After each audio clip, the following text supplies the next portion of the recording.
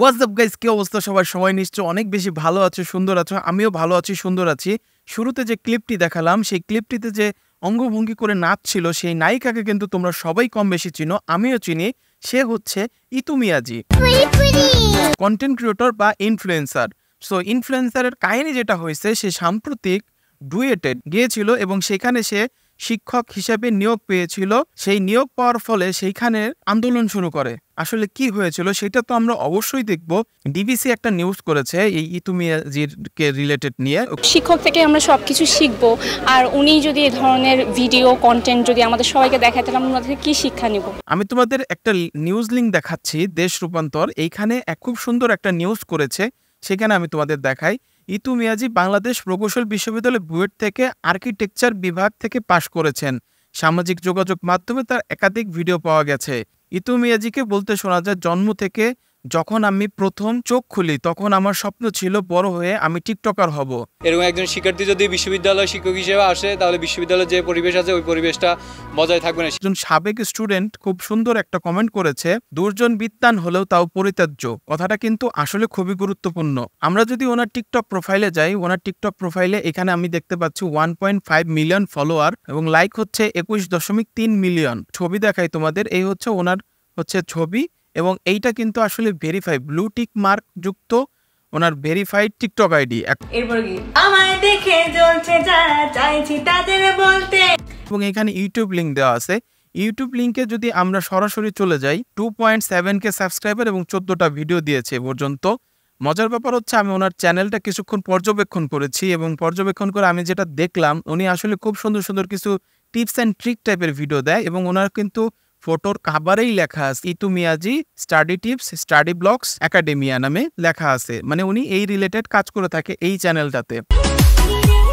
বুয়েটে এক্সাম দিল, সেটাও কিন্তু একটা ভিডিও আকারে উনি কিন্তু প্রকাশ করেছে, university exam blogs and results নিয়ে। এবং এখানে টুকটাক কিছু ভালো ভালো মোটিভেশনাল কথা বলেছে। দেশ রূপান্তরের এই নিউজটাতে আরেকটা লিখেছে, অপর আরেকটি ভিডিওতে দর্শকদের উদ্দেশ্যে ইতু মিয়াজি বলেন, আমি জানি তোমরা অনেকেই চাও না আমি টিকটক করি, সেজন্য আমি ইউটিউবে নতুন একটি, সেখানে যদি আমি সাড়া পাই তাহলে আমার এই থোবরা নাচানাচি, আমার কোমর টোমর আর তোমাদের দেখতে হবে না। বেশ কিছু ভিডিওতে অঙ্গভঙ্গি এবং কথাবার্তাও অভিযোগ রয়েছে তার বিরুদ্ধে।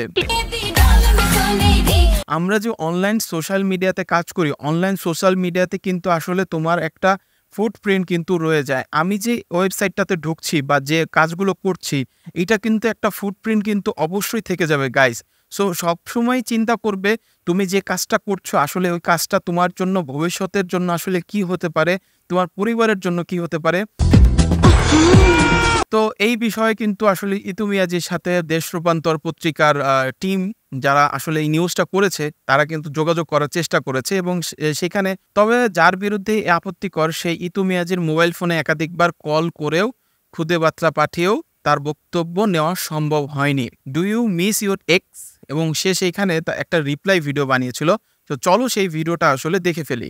আমার এক্স অনেক ম্যাচিউর, ও অনেক ক্রিয়েটিভ একজন মানুষ, অনেক সুন্দর নাচতে পারে, অনেক সুন্দর গান গায়, ওর গানের কণ্ঠ খুবই সুন্দর,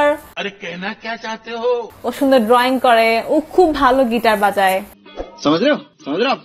দেখতেও মাশাআল্লাহ 6 ফুট লম্বা, মানে মাসলস টাসলস আছে, মুখ ভর্তি দাড়ি।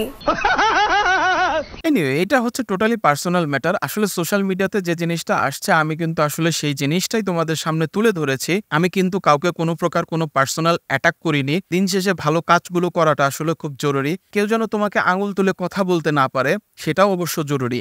মান সম্মান, মান ইজ্জত সবকিছু নিজের কাছেই মেইনটেইন করে রাখাটাও জরুরি। সো গাইজ, আর কথা না বাড়াই, দেখা হবে নতুন কোনো ভিডিওতে। সে পর্যন্ত সবাই ভালো থাকো, সুস্থ থাকো, সুন্দর থাকো।